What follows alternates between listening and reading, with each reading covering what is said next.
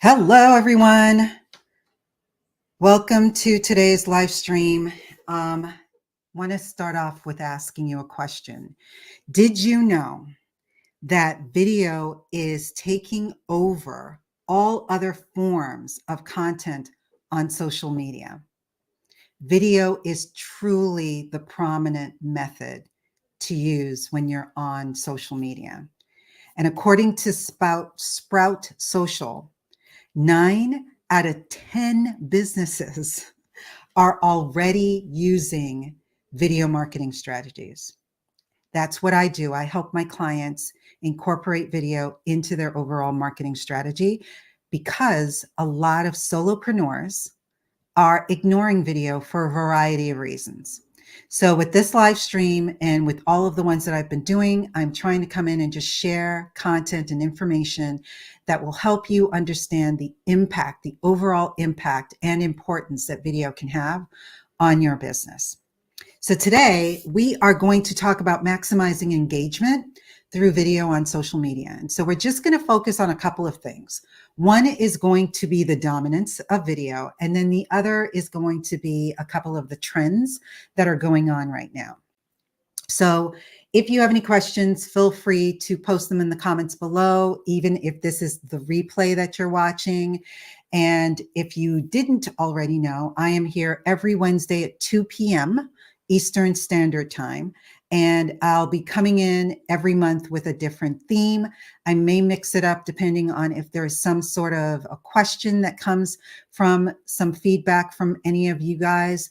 And I may alter whatever that theme is for the month in lieu of doing something that is more suited to what is a pressing problem for you. And just so that you know, it could be me just talking and doing coaching and consulting, or I can actually share my screen and go through a particular software if that is what you would prefer. So let's get started about the topic of dominance in video, or the dominance of video in social media. So some of the users that use these, and you guys would be in that category, understand that the reason why you actually watch videos is for a number of different reasons. One, it's grabbing your attention. How is it grabbing your attention? It's grabbing your attention because the video is sharing a story. It is educating you, it is informing you, it is evoking some sort of an emotion that you can relate to, and therefore it keeps your attention, ideally not just the hook, but after the hook, when you initially grab their attention and then you share your story or you give your tutorial or the information that you're sharing with your content. And it does this in a much better manner than a still image, a GIF. A GIF might actually, I would assume a GIF definitely would be better than a static image, and certainly better than text, unless you are an avid reader. And obviously, if you're an avid reader, then text is going to be the thing that you prefer. Hey, Janine, thanks for joining. So that is definitely a reason why you want to create videos or have them as a part of your overall strategy. The second is, we nowadays, especially in 2024, have extremely short attention spans. And because of that, shorts actually works really well, or just short form. It doesn't have to be a video specifically for TikTok or for YouTube Shorts. It could be anything that is in your feed, whether it is LinkedIn or on Facebook or on Instagram and whatever new ones. There's a new one out there. I think I told you guys about Sky Blue or Blue Sky. I can't remember. I think it's Blue Sky, Twitter, and all of those other ones. Whatever content it is that you're putting into your feed needs to be short enough, or bite-sized chunks of information that it can grab their attention, educate them or inform them, or possibly even evoke an emotion and even entertain. It has to do some one of those things, and they'll be able to watch what you have produced, whether it's for 30 seconds, or even up to 60 seconds long.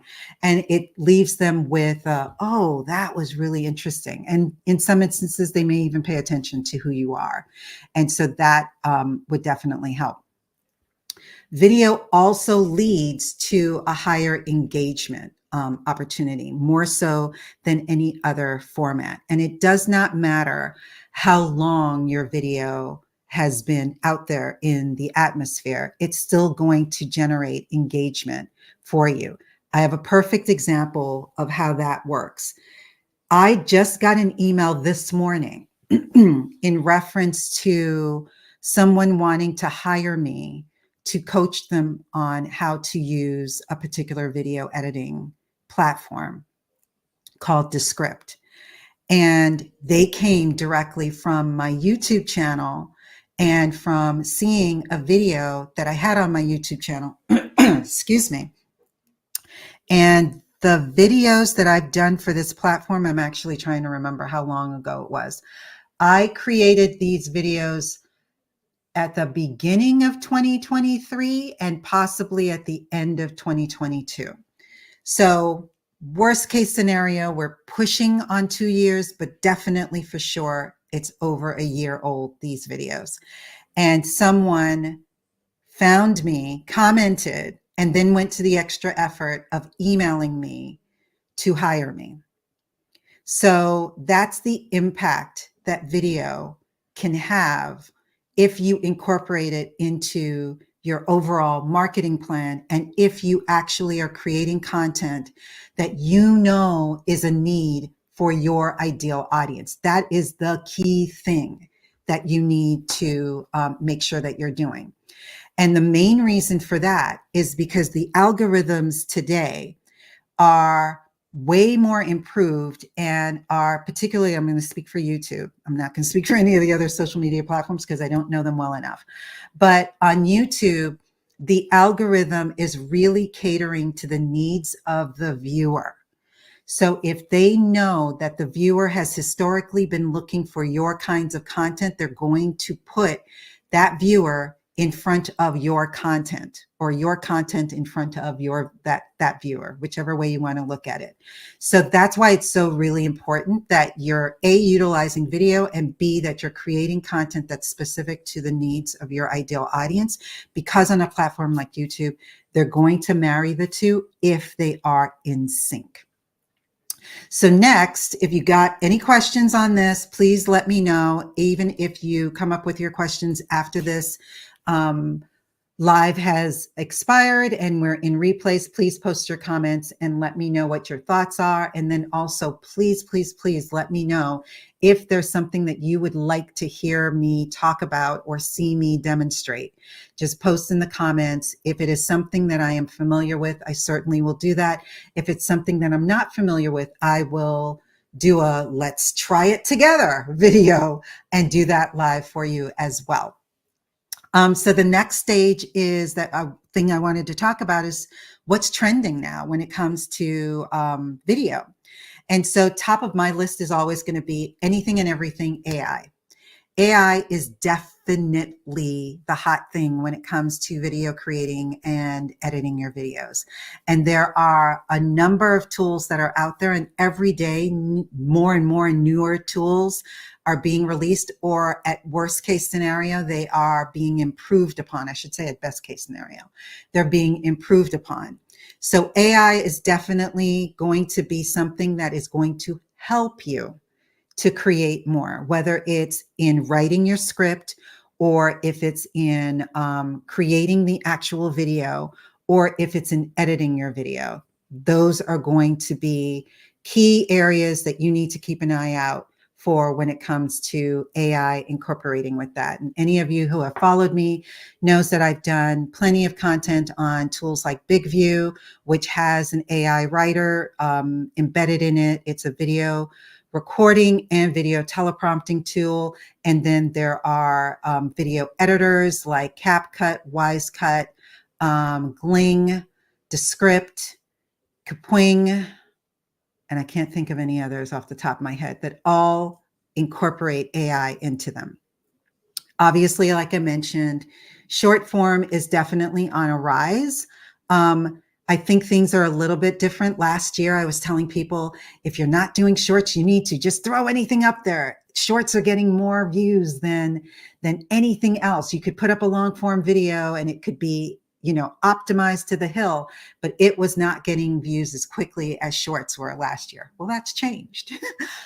Because there's more people that are using shorts and there's more requirements based on the algorithm. So you really need to make sure that your shorts are entertaining, informational, they're short and to the point, and they're really beneficial to your audience. But more importantly, they're eye-catching. They're grabbing the attention because they have to cause the person to stop when they're scrolling to watch your video. So that is definitely something that you need to keep in the back of your mind when you're doing short form video. It is an easier, faster way to create, theoretically, faster way to create content, but people are putting a lot of thought and patience and time and effort and money into creating phenomenal shorts.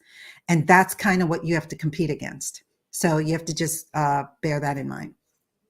The next one is live streaming, which is what I'm doing. And I have already shared with you, this is the challenge that I gave myself that I wanted to start in 2024 with the ability to create live streams so that I could get used to doing live streams and also get to a point where if I'm doing it on a regular basis, I'm going to be able to interact on a live, in a real time manner with my audience and ask them questions like, please post in the comments if you want to hear more content like this, or if there is something in particular that you would like to see me feature in any of my live streams. So that is a tool that you need to incorporate. You don't have to do it every week. Like some people are doing it on a much more regular basis. I've known people that have gone through periods of doing it every day.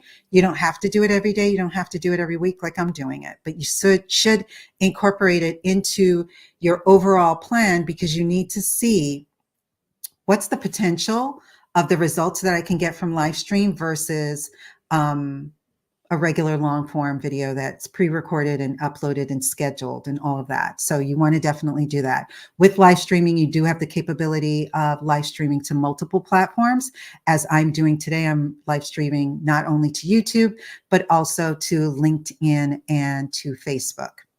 And then the last is interactive videos. Interactive videos, I've not experimented a whole lot with. I did initially about 3 years ago, or maybe even 4 years ago. I want to think it was like right before COVID that I was experimenting. A lot of businesses tend to use it as well. But what is good about that is that it does allow the creator of the interactive video to put hotspots into their ads or their videos. I think it depends on what kind of an account you have, like, for example, on Instagram, where you can encourage people to buy directly from your post. So that is definitely something that's been trending more and more. Obviously, a lot of businesses are using it. But I'm sure that it's going to spill over to lay people like us entrepreneurs at some point. But that's definitely something that you need to consider. But if you have, again, any questions with regards to implementing video into your social media game plan, please post them in the comments below. Oh, I have a couple of comments. Oh, thank you, thank you, thank you. You did 100 consecutive days in 2021 of live streaming, Janine? Lordy. Okay, I don't think I'll be trying that. I will stick to my once a week. I don't know if I could come up with enough things to talk about on a daily basis. That's kind of why I'm doing mine on a weekly basis. But I think it depends. If you give yourself a challenge, there's a guy that I'm colleagues with on LinkedIn, and he gives himself challenges sporadically. I don't think he's done as long as 100 days, but he definitely has done batches of 30 days at a time. And his videos, he's only doing it live on, is he even doing, he may be doing some of them live, but he's doing videos. And a lot of the videos are really short videos. So he's not necessarily doing like really complex presentations or, anything like that. And knowing you, Janine, I'm sure that you're videos were quite educational. Oh, you did them on you. Okay, you did them on YouTube. Okay. Yeah, so I highly recommend anyone to experiment. Do like me. I was always fearful of doing live streams. First, I tested it out as a challenge at the end of last, well, not, well, October-ish of last year, where I did every day for 7 days. And that's the only time I did daily. And I don't think I could do more than 7 days. And then this year I committed myself to doing it once a week. So far, so good. Knock on wood. I have been able to show up when I could every week live. I did have some technical issues with Riverside, where it didn't go live and I had to upload the video at the end. But I'm loving StreamYard so far. So I will be back again next week. Yes, I've shared live videos that are, let me put you up. You've shared live videos that were educational content. Yeah. And that's the best way to, I think, engage with your audience, especially if you're going to do something live, unless you're entertaining them in some way, shape, or form. And I'm not an entertaining type person. So I couldn't think of something that I could do that's live that would be entertaining, but certainly if you're informing and educating your audience, you can certainly do that live. I do have a question for you, Janine. Have you done YouTube Shorts live? I know you do the regular YouTube and LinkedIn and Facebook and probably Instagram live, but have you done YouTube Shorts live? Because I forgot when that was released, and I started simultaneously doing my live streams here I was using Restream at the time. And then also I had my phone doing YouTube Shorts live. And I was seeing that I was getting more engagement on, oh, I couldn't do it again. Oh, you couldn't do it again. Yes. But I'm curious if, Janine, if you are or have used YouTube Shorts live. That is something that YouTube released. I don't remember exactly when they released it, but it's been fairly recent. And I don't know why they were doing it, but some of the streams that I was seeing was sort of people like just sort of showing what they're doing in the day. I think I remember seeing one where somebody was driving, or, I don't know. They're just doing random things. Okay, yes. Let me see this. Yes, I did a while ago, but not recently. I'm not sure how I feel about it. Yeah, I don't know what my thoughts are overall. I just experimented with it for probably a good solid week or so. And people were popping in and they were asking questions. And the only reason why I stopped was at the time I was sharing my screen at the same time. And so people on YouTube Shorts couldn't see my screen. But it didn't, I don't really know how people were finding me, because I think the only way that they can find you is if you're just scrolling, and you have to be, I think, on the live tab to see who all is live. So yeah, I don't know. It's an option. I don't know how I feel about that overall either. So, but that is it. That is my presentation for today. So if you guys have any questions whatsoever, please feel free to post them in the comments below. I would love to hear your feedback. I want to know what kinds of content or videos would you like to see me do in the future, as well as if there are any video tools that are out there that you want to know a little bit more about and you want to see me either show you or experiment live, not ever having used it before, with you. So I'm open to doing that as well. I've had some, let me see. I've had some of those appear on my homepage, which is interesting. Yeah, I do.